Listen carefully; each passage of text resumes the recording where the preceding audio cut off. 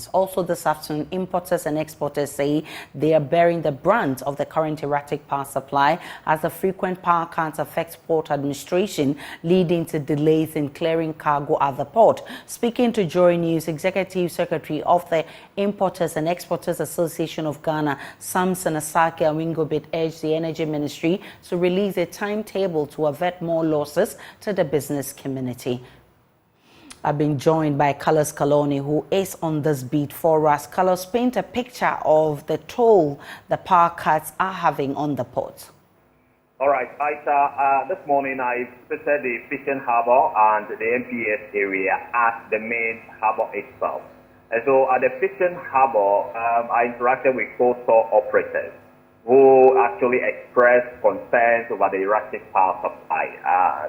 Their fear is that their frozen pools could go bad due to the frequent unannounced power cuts. And so because they don't know when the power will be going off, they are unable to plan to actually secure their goods in the cold room. And also, at the main port itself, some freight forwarders I spoke to also say the clearance of their cargoes are delayed for hours due to the power cut. You know, when the power goes off, it means that port administration comes to a certain halt, and this puts certain delays.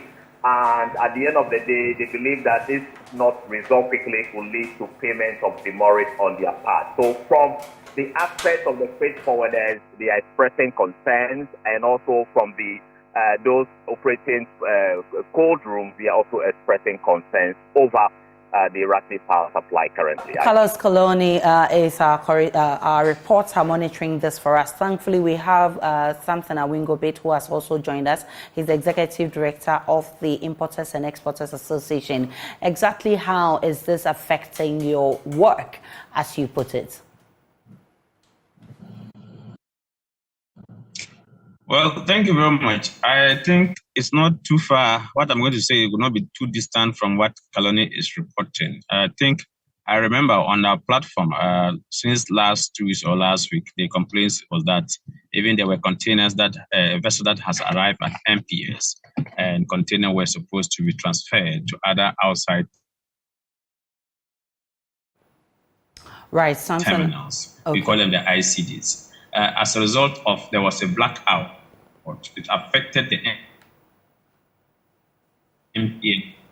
Because of that, with the industry players, we are not happy because in the sense that if there are delays at the MPS before containers end up moving to outside ICDs, the importer will end up paying the mortgage and rent, and that is not the make of the importer. So quite clearly, of course, and he made mention of the cool rooms. Of course, assuming you are not aware of any power rush sharing, you've closed your work, you've gone home, and the night, then boom, the whole light went off. Assuming you do not have put up in place, this is that if the frozen meat was supposed to be stored under a certain temperature, -5%, -5, and degrees Celsius, and it's not like that, then it's going to affect you. At the end of the day, it's going to be unwholesome. Right, Samson Awingobit is Executive Director, Secretary of the Importers and Exporters Association. They want the Energy Ministry to share a timetable for the load shedding so that it will avert more losses, as he puts it. Let's